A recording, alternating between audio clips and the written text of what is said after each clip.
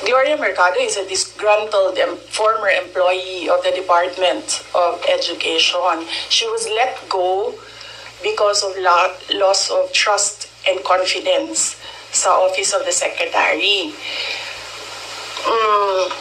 Una niyang ginawa, well, hindi ko alam kung anong nauna, pero naka-strike 2 siya sa akin. Ang una niyang ginawa, nag-solicit siya ng 16 million pesos sa isang kumpanya on paper using my name without any authorization from the Department of Education. Bibigay ni JC sa inyo mamaya yung papel. Nakalagay doon. Pangalawa, noong nag-school visit ako sa Cebu, merong lumapit sa akin na teacher. Sabi niya sa akin, Inday,